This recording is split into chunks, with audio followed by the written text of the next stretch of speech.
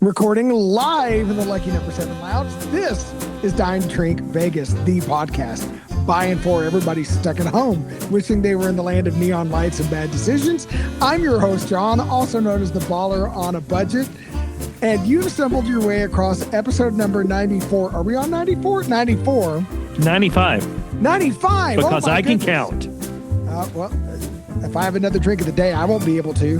Where we're going to bring you some Las Vegas news and tasty booze. But before we can do any of that, we've got to introduce the man you just heard correct my math, the founder of Dine, Drink, Travel, and Dine, Drink, Vegas, the leader in the luxury lounge, the king of comps, the high roller, formerly of the High Plains, the Alabama slammer, the hey mom, no hands master, the man who's always waiting on that limo to take him away to his next luxurious resort destination. I mean, Bill, can I expect an audio edit in that introduction? I mean, maybe not, but I'm in a good mood today because today's a way better day than yesterday, so maybe. Yes, it is. And we're not going to talk about any of Bill's problems, but I will say this. If you are a gentleman who is our age, keep up with your medical appointments, folks. Putting anything off ends poorly, right? With the emphasis on ends, yes. Yeah, ends. So, yeah, it turns out, much like a 1974 Chevy Nova, men of our vintage do require a fair bit of maintenance. Yeah, which makes me think I need some alcohol, John. Should we talk about the drink of the day? So the drink of the day, since we're dealing with old guy crap, both of us in very different ways, we decided to make an old people drink. This is the cocktail. Bill, I'm going to confess, I've never had one of these. Have you? Yes, I had one yesterday when I made a YouTube shorts to put up on the YouTube channel advertising episode 95. Yeah, this is a drink I associate with like somebody my grandparents' age sipping on one while watching Lawrence Welk. We are making the Tom Collins.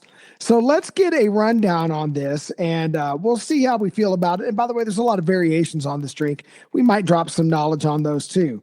The Tom Collins includes 2 ounces of London Dry Gin, 1 ounce of lemon juice freshly squeezed, please and thank you, a half ounce of simple syrup. Put all of that into a Collins glass or a highball glass. Not a pint glass, I think that's 16 ounces, 12 to 14 ounce range, that you have filled with a lot of ice. Top up with club soda, give it all a stir. You can garnish with a lemon wheel or a maraschino cherry. It is stirred in the glass. You don't need a shaker. You don't need an extra drink. Bill, what do you think about everybody's grandma's favorite cocktail? So I think it's fine, and I like it more than the trash colada that we did in episode 94, partially because I listened to the episode 94 audio, and apparently rum makes me do bad things. So I like it more than last week's drink. I like how simple it is, and I like how it's refreshing for summer, right? Like after you put the club soda in there, waters it down, you've got something you can sip in the Alabama heat for the summer. There's just not a lot to it. Like I think I would like it with maybe a little bit more simple syrup, maybe a little bit more lemon. And today I actually made a slight variation on it. So the version that I posted to YouTube yesterday, and for that matter to our Facebook page and I think my X channel, was just exactly the recipe as you posted. Today, what I did was I put the garnish in the drink, including just a little bit of syrup from the maraschino cherries to see if that would sweeten it up. It didn't. It mostly just turned it pink, but it is now, here, John, you can see it, it is now the prettiest Tom Collins on the block. Yes, it is. I would say that, for the variations here, you can make a Juan Collins by adding tequila. If I did tequila, I would probably switch from lemon to lime juice. That's just me. I would imagine that gives a little more flavor. For my wife, I made a Ron Collins where you sub out for rum. And in her case, I also, again, did switch to lime juice for that. I made mine according to Hoyle. I really like it. I'm not going to add bitters. I will point out that bitters would be lovely in this. Probably not Ango. I would probably go with orange bitters instead of old-fashioned straight bitters. But it's a beautiful drink. You could add cherry. You could add instead of regular simple syrup, you could add, I don't know what Bill's doing, but it reminds me of the color of his drink for some reason. You could add elderflower syrup instead of regular simple syrup. So go with the flavored simple syrup. But it's a great cocktail for summer. I think this is a forgotten classic and it needs to make a comeback. If So, you, yeah, this is great. so John, I've heard of the Tom Collins for decades now, but yesterday was the first time I've had one. So, if it's such a popular cocktail that everyone's heard of, how is it that you and I've never actually tried one until the last 24 hours or so? I think you and I, well, let me rephrase this. I was going in another direction. When you and I became of drinking age, we were doing normal college guy stuff. And so there was nothing really classy about drinking. And by the time you and I both reached an age where you would begin to be serious about cocktails, we had the good fortune to hit our 30s during the great classic cocktail revival. Really complicated. The word mixology entered our vocabulary. And you had people wanting to execute really high end, complex drinks with a full flavor evolution. And I think the Tom Collins fell out of favor because of that trend. And I am thankful for that trend. I am thankful for all the new drinks that come from it. I'm trying to talk you into buying the ingredients so we can make a last word. We've done the paper plane. There are so many gorgeous, complex cocktails.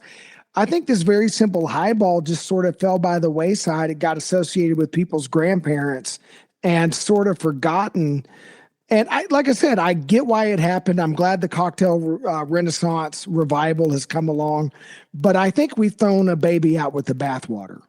So Rachel, my wife, said that I'm basically made a ranch water, but with gin.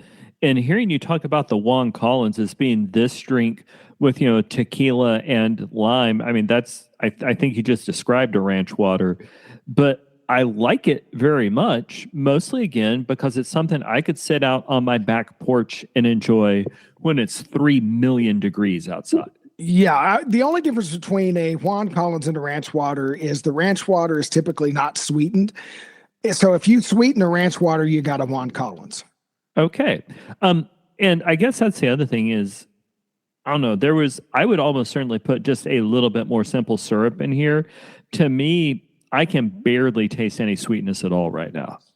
So I'm using Jordan Skinny Syrups, which is a sugar-free simple syrup, and I think it's more like a 2-to-1 syrup. So the recipe calls for a half ounce, but it may be that recipe was aiming for a 2-to-1 syrup that's going to be sweeter. So if mine is, I wouldn't want any sweeter, but I suspect I have a double strength syrup. So that's a pretty easy fix, but that is the thing to think about, listeners. When you look at a cocktail recipe, give it a taste before you finish. Unless it tells you, you can't be sure whether the recipe writer had in mind a 1-to-1 sugar to water ratio or a double syrup, 2 parts sugar to 1 part water. And that really could throw off a drink if you wind up with more or less sweetness than expected because your syrup, decided to zig where the other one zagged. Yeah, no, that makes total sense. But I'm glad I've got this in the repertoire. And I feel like I heard you give me permission to try it with other kinds of citrus. I might try this with, you mentioned orange bitters. I might try it with an orange peel rather than a lemon peel, and squirt just the tiniest bit of orange juice in there. And while you're at it, you might mess around with the John Collins, which is a whiskey variant of this. I would think that John would be Scotch, as in Johnny Walker, but Jack would be Tennessee whiskey or bourbon. Yeah, I'm certainly not putting in an expensive whiskey in that I'm going to water down with club soda. That's not a thing. No, although I do have a future experiment in mind. I want to put that conventional wisdom about what kind of whiskey do you mix with to the test, but that's for a much later episode. I think so. Well, John, should we move on and talk about Las Vegas news? Yes, we shall. Last week, Scott of Vital Vegas reported that West Coast food court legend's hot dog on a stick is coming to Plaza. More recently, he shared that the chain has been bought by amazing brands. Steven Seagal's not the kung fu guy, Siegel, excuse me, not Seagal, Siegel's restaurant company that already owns, wow, the typos are aplenty, Pink Box Donuts, which has a plaza location, along with Siegel's Bega Mania and locals' favorite Italian place, Piero's Italian Cuisine. Bill, this is basically hot dogs at corn dogs. Are you remotely excited that this is coming to the plaza, and do you care who owns it? I'm not excited. I don't care who owns it. And if you're there, cool. I'll be at the pizza place. Yeah, I would agree. Or the taco place, or, upstairs at Oscar's. Yeah, like really pretty much anywhere else. One of the other places I could be is at the lobby bar at Aria, which topped Eater Vegas's list of best hotel lobby bars to start your Vegas night in. So let's talk about that, John, because the category is really specific. Hotel lobby bars, not Right. just hotel bars, not bars, but hotel lobby bars. And I like the Aria lobby bar very much. I don't think it's my favorite. Before I say mine, John, if you could pick any hotel lobby bar in Vegas to start your evening, where would you go? So I thought about this for a while, and I was really tempted. I was really tempted to say that Bar Prohibition at the Golden Gate, which Ooh. is the only bar inside of the Golden Gate, which is a small Except property. the ones right outside their bathrooms. Well, no, In that the is suites. Oh, in the suites. Yes. Sorry. You threw me for a loop there. But yeah, there's the bar outside on Fremont. But the lobby is right there. And you could argue that's a lobby bar. But then I thought about it. There's no lounge seating there. And part of what makes a lobby bar to me is in fact having a place to lounge. If you're waiting for your room to get ready or you just want a quiet space to sit. And you know what? After looking over the list and thinking about things that aren't on the list, because I thought about the Venetian's lobby bar where we met your buddy a couple trips ago, places like that. I like the Aria as my lobby bar. I really do. I think that's it. The display that they always have out there at the Aria is underrated.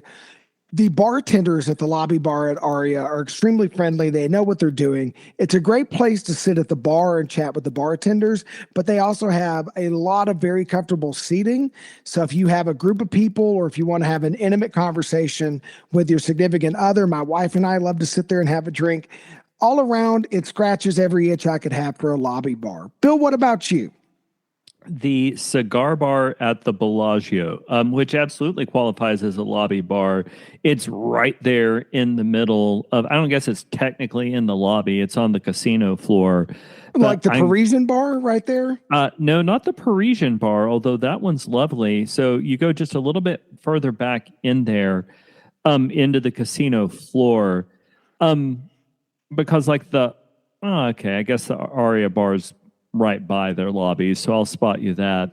I'm still going to put this one in the I think it's called, no, it's not the Baccarat bar, but the Bellagio has a cigar bar right in the middle of their casino floor, which serves the function of a lobby bar. But critically, I can sit there and smoke my cigar, and that's one of those things that I love to do when I'm in Las Vegas. So I'm going to go with whatever that cigar bar is called on the Bellagio casino floor. I'll give you that one. I will throw in an honorable mention that is not technically a lobby bar, but it's right in the lobby. I'm going to say the Primrose Bar attached to Primrose Restaurant at Park MGM, because the Primrose dining space is right there in the lobby area. So it's technically not a lobby bar, but it's also one of my favorite bars that is on or near a hotel lobby. I'm going to give that an honorable mention. Okay, then I will also have one honorable mention. It's on the casino floor at Treasure Island, but it is right off it's the first bar you come to when you're walking out of the lobby at Treasure Island. That place is fantastic for people watching. And because it's TI, the drinks don't cost quite as much as they do at some of the other places on the strips. I love that spot. Ooh, okay. I'm going to have to walk back through that property again, but I think I recall the one that you're speaking of. Needless to say, any way you slice it, we like a good bar in a good hotel. Absolutely. John, do you have the next story or do I? I don't think it matters, but I'll take it. We're jumping on to entertainment and sports news. If you want to live La Vida Loca during spooky season, you are in luck. Vegas publicity reports that Ricky Martin will be performing Halloween weekend at Fontainebleau. Bill, how many other girls did you date in the 90s who had big crushes on Ricky Martin? I married one, and it was actually a deal when we were dating that if she had the chance to go out with Ricky Martin, that would be okay. Haha, jokes on her, given his later announcements, because I, would be able to go out with any of his dancing girls. Although, let's face it, they probably have better options than me. Yeah, that's probably true. But, point you for scoring one on the wife. I am proud of what I achieved there. And that's actually a show I think I would enjoy going to. Actually, that might be one of those things which would eventually get me to get Rachel back into Vegas. So cool. Sweetheart, when you're listening to this, I love you very much. And John and I are in no way plotting a return trip to Vegas. Also, make him take you to Fontainebleau for Ricky Martin. I think you would like that, Rachel. Oh, yeah, fair enough. In other news, Vegas publicity says that the Backstreet Boys are adding 7 more shows to their Sphere residency in late December and in early January, including a New Year's Eve show.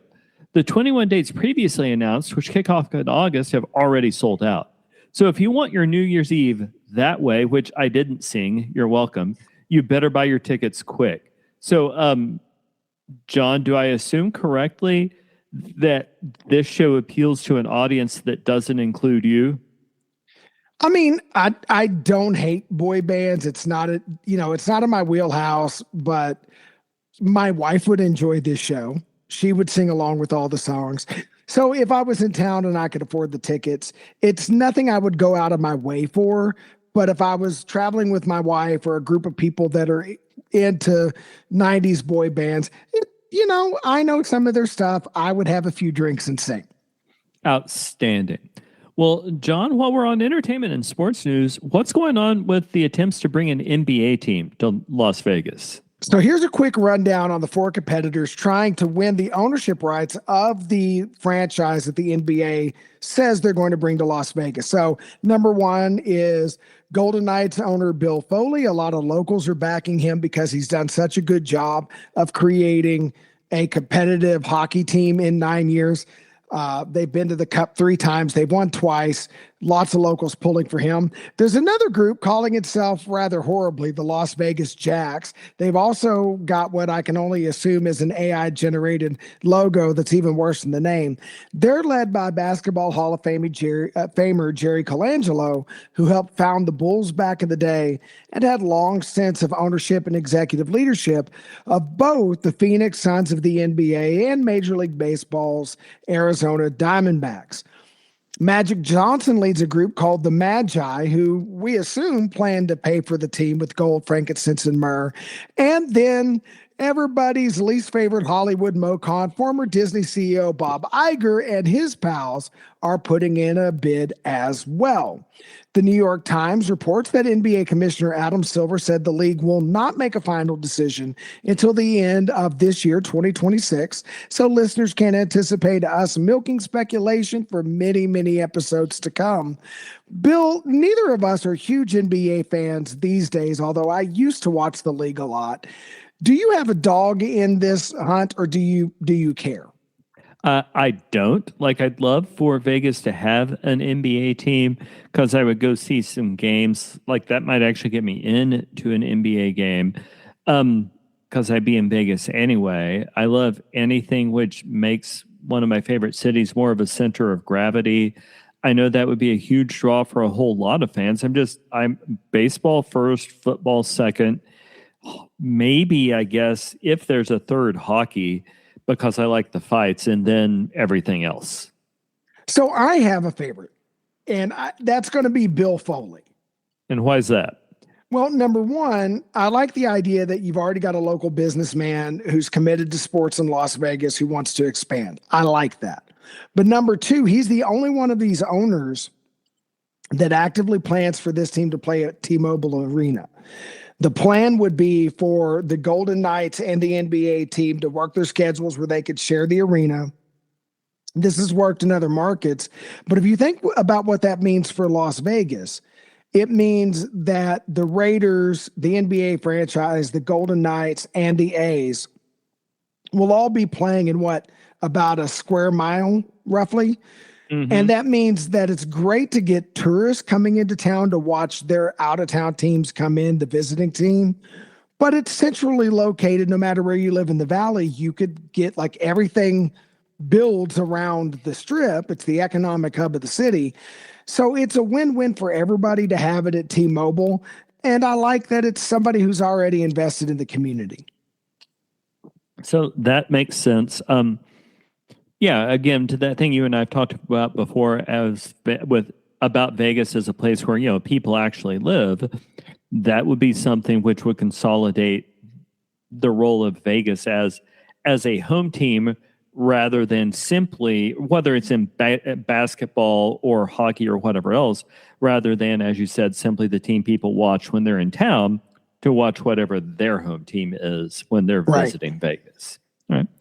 Well, for those who prefer four-legged athletes to two, Thoroughbred Daily News reports that Bitcoin ATM mogul Chip Myers wants to bring live horse racing to Sin City. Previous attempts over the decades have failed, but Myers' plan for what he calls Las Vegas Downs, which he envisions as a state-of-the-art horse track in South Las Vegas, somewhere between Mandalay Bay and the M Resort, would run from November through April, which is a season when many tracks around the country are closed due to weather. At present, the plan lacks a plot of land, it only has half the necessary funding, and it needs some legislative changes to operate, but Myers is optimistic. So, John, set aside the good idea, bad idea, should it, do you like it, all those questions. Does this sound to you like one of those things which actually happens, given all the obstacles which have to be overcome? I am pessimistic that it will actually transpire. I think the fact that when I was doing some research on this, I believe there have been 3 or 4 horse tracks in the past. None of them have made it in Vegas. This seems like a long shot. On the other hand, it's a city built on long shots. And to my knowledge, all of those previous attempts were before National Finals Rodeo came to town, meaning that there wasn't already a support system for bringing horses and stock animals in large numbers to Las Vegas, and there is now. So I'm pessimistic, but I'd love to be wrong because I think this is an incredibly fun idea. I think it would be fun. I don't know enough about horse racing to say, are there enough events to host during that time frame when a lot of the circuit is already planning to take off? But you know what? I'd show up, and I think it'd be a lot of fun. Well, I think it might be an opportunity where the races aren't high pressure races, but you do have owners out there that are trying to get animals some experience, especially for 3-year-olds that are getting ready to face the Triple Crown, which kicks off, there later in the spring. That November to April timeline, that could make a lot of sense. You are going to be competing with Keeneland in Lexington, which is, I believe, March and April. That kind of hurts. Keeneland's very popular, but you're off the stage before Churchill gets up and running, which is a smart move. Yeah, we'll just have to wait and see. I hope he gets it. You know what? I hope so. Well, actually, no, the next one is your story. I apologize, John. It doesn't matter to me, but the Raiders officially announced their 2026 opening training camp practice schedule. They are hosting 5 open practices in early August, 4 at the Intermountain Health Performance Center in Henderson, and a massive night practice at Allegiant Stadium on Tuesday, August the 11th at 6 p.m. Tickets to the Allegiant Stadium practice are only $5 and go to the Raiders Foundation. Practices in Henderson are free, but still require tickets. Bill, would you go to an NFL practice? Absolutely. I'd be more likely to do that than a game. Particularly the one at Allegiant Stadium. So the ones out in Henderson, sure, I'd still go. That'd still be fun. I get to see some stuff I wouldn't understand.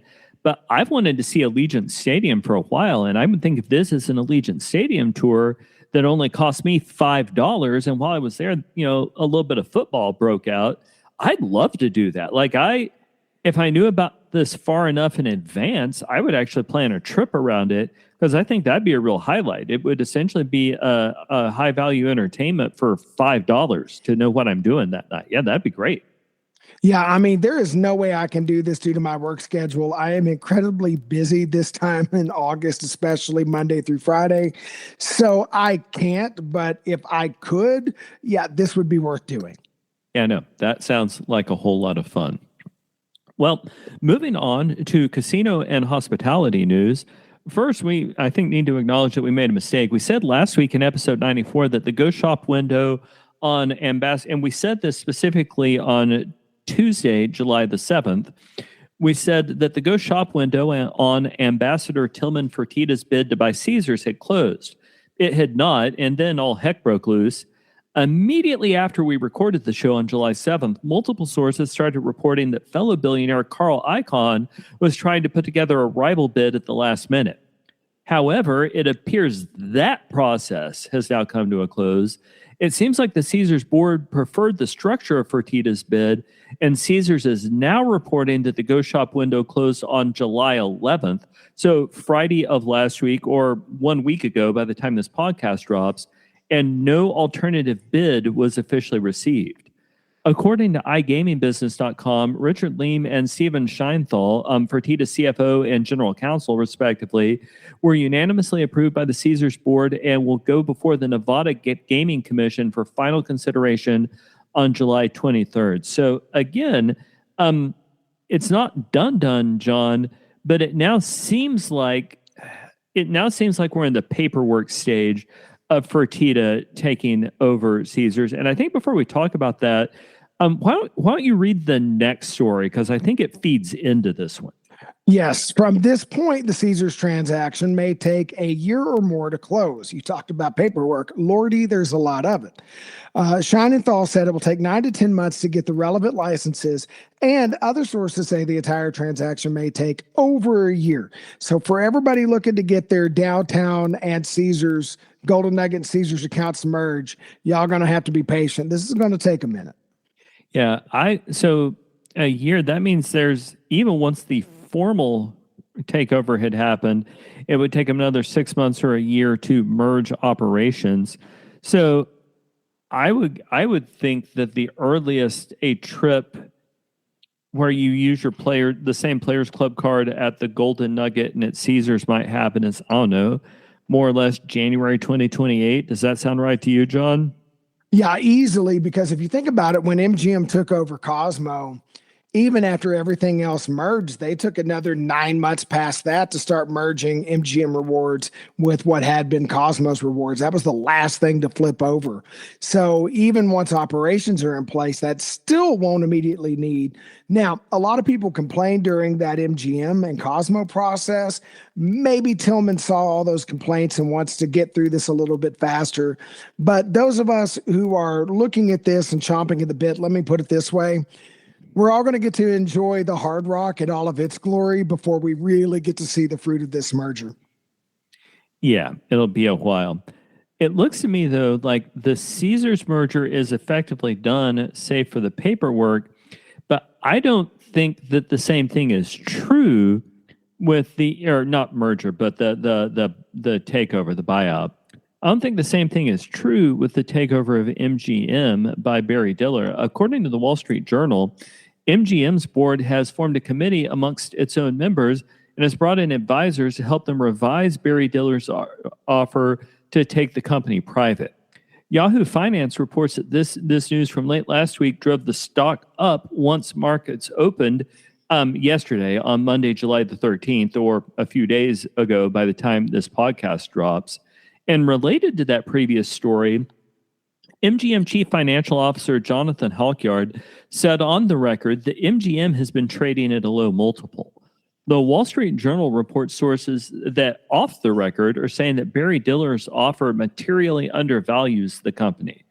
So I don't know if this is a play for a higher bid or the initial stages in rejecting Diller's offer. But in any event, I think it's safe to say that the MGM sale is not as far along as the sale of Caesars. Does that sound right to you, John? Yes, but keep in mind that during the similar time frame in the Caesars deal, that seemed a lot more tenuous as well. So these things do take a while to work out. I have a feeling this will happen, but I'm sure the shareholders are going to do everything they can to force Mr. Diller to pony up more money and get the maximum value for the shareholders who will be pushed out by any buyout. Well, that's the obligation the MGM board has. Their board is legally obligated to the current shareholders, so they would be derelict in their duty if they did literally anything else besides that. Um, I guess the part which gives me pause is the notion that they're saying that Diller's offer materially undervalues the company. Because if it does, well, that means that the shareholders would have more value by simply keeping what they have, Right. right?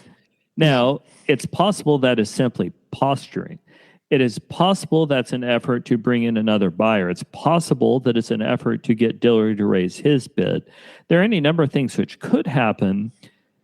But yeah, I think I'm comfortable in the judgment that this means that MGM's not as far along in their sale process as Caesars is. But I hope it happens because I love the notion of private ownership. Well, the optimistic side of this is twofold. Number one, they haven't said no. And number two, the Yahoo report is interesting because they said that this subcommittee from the board and the outside advisors, their goal is to revise the offer. In other words, they want to come together and either make their own counter proposal or nudge Diller to tell him, not this deal, but if you XYZ. So that means to me they're at least open to this deal, even if they're not happy with the initial salvo coming out of Barry Diller's camp. So that gives me some optimism that, it would be way easier for them to just go, no, thanks. Yeah. So, John, I don't want to go too far into this because we've talked about it before on at least 3 or 4 episodes. But listeners, if you're new to the podcast, welcome. And we are so glad you're here. If you've been with us for a while, we're glad you've stuck with us. And you will have heard us say before, we are both excited about the transition to a smaller, more private ownership structure of Caesars and MGM, because the hope is that would let the new owners focus on building long-term loyalty rather than worrying about the next quarterly report quite so much. And maybe that results in some player-friendly and visitor-friendly changes. That's the hope. But some changes, you got to wonder, is this really for the visitor or is this for the casino? Chris Whitley or Whiteley, pardon me, Chris, if I mispronounce your name, who tweets at CWits83 on X, shared that Plaza will now let you skip the ATM and directly load money from your bank account to select slot machines. Now we got to wonder, is this an incredible bit of convenience or a diabolical attempt to get us to over gamble, or a little bit of both? Bill, would you ever use this feature? Dear Lord, I hope not. I am hesitant to say something should be regulated. But in your state, in Texas, to buy a lottery ticket, you have to present either cash or a debit card rather than a credit card, because the state of Texas doesn't want you to gamble more than you can afford. What that means is there's a precedent for limiting the ways in which one can get money into a gambling outlet. A different jurisdiction, obviously, but it's a thing which has sometimes happened. This terrifies me because I can't tell you how many times I've been at a machine. I've really wanted to gamble more, but I was out of money, which meant I had to physically get up from the machine to go somewhere to get more, usually the safe in my room. And by the time I got back up there, the urge passed a little. Then I passed a bar, I had a drink, I found some of you guys, and then I kept the rest of my money. This sounds dangerous, and I think that is something which ought to be regulated. So, John, what is your take on it? I see your point. I would hope I would never do this. On the flip side, I did once charge $400 worth of slot play to my cabin on a Carnival cruise. And that's been, Bill, when did our families do that cruise together? 4 or 5 years ago? The last one was in 2022. The first one was in with you was either 2017 or 2019. 2019, because that was mine and my wife's 20th anniversary. So 2022. So 4 years now, right? It's been 4 years. Once a month, I still get an offer for a free cruise for that $400 cabin charge. Shouldn't have done it, but Wasn't that the cruise where on the last day I played the Wheel of Fortune slot and won $2,000? Indeed it was. Yeah. Don't you love it how right at the end of the trip, sometimes I win big amounts of money and share my joy with you and Mike? Should I begin to document how much you lose at the blackjack table on a nightly basis? I don't even know what you were talking about. I lost a little bit of a drink once when it spilled. Yeah. Yeah. All right. But no, that seems to me like a terrible idea. Also, John, I'm looking at our next story. Is this going to be the first time this episode we've quoted Scott at Vital Vegas? No, we had him for hot dog on a stick. Oh, wow, right. So you understand why I'm suppressing that story in my memory. Scott at Vital Vegas reports that upstart Boomer Sportsbook, who took over Ellis Island sports betting last year, is taking over the Four Queens and Binions. The company, which hasn't yet even had its first anniversary, also runs the sportsbook for the Silverton and Ojos Locos. So, John, how does a sportsbook get that big that quickly? Well, you got to think about the fact that for your smaller casinos, it is not necessarily practical to run an independent sports book because a sports book isn't just taking and paying out the bets. You got to have odds makers. You got to have people out there that are setting and monitoring the line and adjusting as they go. That's a lot of overhead.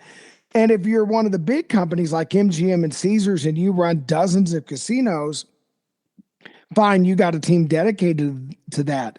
But if you're a single operator or you have 5 or less locations, bringing in an outside group like William Hill or some properties even use Caesars, that's an effective thing to do. Now, I don't know for a fact, but what I imagine is William Hill and Caesars want a big cut of your profits to come in and run your sports book. And I'm going to guess that Boomers is probably undercutting the established brands in order to build a customer base. So that makes sense, but let's say I'm the Four Queens or Ellis Island or whoever, and I'm looking for somebody to come in and run my sports book for me. I'd also want somebody I could trust, and I don't know who these new guys are. Yeah, at one point I looked it up and I can't remember any names, but these are people who have worked for other sportsbook organizations in the past. I want to say one of their executives worked for William Hill, which is a global leader. That's why you see William Hill Sportsbook at so many casinos. So my guess is these are folks who know what they're doing. And I'm also guessing that, seeing Binions and Four Queens, they waited to see what happened with Ellis Island and the Silverton before they jumped in. I suspect if this goes well by year 2 and 3, they might start developing quite the clientele. All right. Well, I wish them all the very best, and I think that competition can only be good for the industry. Here, I definitely agree. Well, keeping on, I noticed that all of our gambling stories are downtown this week. That was not by design, but oh well. The Las Vegas Advisor and others report that the Golden Nugget has opened their new poker room back near the Rush Tower. The new space only has 9 tables compared to the 13 in the old location on the property, but these tables have modern perks like phone chargers. The Nugget is the only downtown property that currently has any active poker rooms. Most of the properties you can't even tell where the poker room was, except at the Four Queens, where there's just giant dead space with nothing in it. So I don't understand how casinos make money off of poker rooms, because I understand you pay an entry fee, but is like the casino taking part of the rake from each pot? Yes, exactly that. And it's usually not much, but if you have a lively poker room, it's more than enough. Okay, fair. But I've been to some casinos where the poker room takes up more space than like the blackjack table. So I'm never going into a poker room because I can't control my facial reactions. John, do you have any interest in going into a Vegas poker room? It's something I would like to do, but here's my fundamental problem. And I think now that poker's less popular, I'm going to reconsider. But during the heyday of televised poker, here was my problem with going to a Vegas poker room. I do not have enough money to go to a table with established poker players, and I don't trust the psychology. I make fundamentally good decisions when I'm playing poker, but I don't necessarily hide my face as well as I should. I don't think I have tells, but I don't want to play against pros. On the other hand, in the heyday of everybody watching the World Series of Poker on TV, when you go to the low stakes tables full of people who are at or below my competitive level, everybody wants to go in all in on every hand. And I hate people who think they know poker because of television that kind of ruin the game because they push you out of every pot unless you know you got the winning hand. If I can get at a table that is my skill level and reasonable stakes, and I'm not going to be surrounded with some jackwagon who only knows poker from TV, sure, I would love to play poker at a poker room. But until I find the right game, I'm going to stick with video poker. Well, Bill, I think that was our last story. So why don't you tell our listeners where they can find more Dine, Drink, Travel, and Dine, Drink Vegas content? Folks, you can find us on YouTube at Dine, Drink, Travel, where we try to bring you 5 or 10-minute videos which talk to you about the information you need to plan your next trip, things like a particular hotel room or what the airline travel is going to be to get there. Also on Dine, Drink, Travel on YouTube, you can increasingly find our YouTube shorts, which talk about our drink of the day from this podcast. You can also find me on essentially every social media platform at Dine, Drink, Travel, but the most important of those is probably X, because that's where you can find John. Where I'm going to be tweeting about fine cocktails, about coffee, about the Dallas Cowboys, about travel, especially to Vegas. And today you can see me beefing with Lowe's, who don't even have the courage to tweet me back. Come at me, you cowards. We're so glad you took the time to listen to us. We know there's a million podcasts out there, but by golly, we're one of them. And if what we had to say helped you out in planning your next Vegas trip or just daydreaming a little bit, please like, share, subscribe, take the link to our podcast, share it with that buddy of yours who's got a trip they're planning, share it with that enemy that hates listening to old fat white Southern guys drink and talk. Write the URL on the bathroom stall. We promise we won't tell. Any way you can share us, you'll help us grow an audience so we can keep bringing you week after week this amazing top shelf and more importantly free Las Vegas travel content. Again, thanks for listening, and until that next episode, happy travels.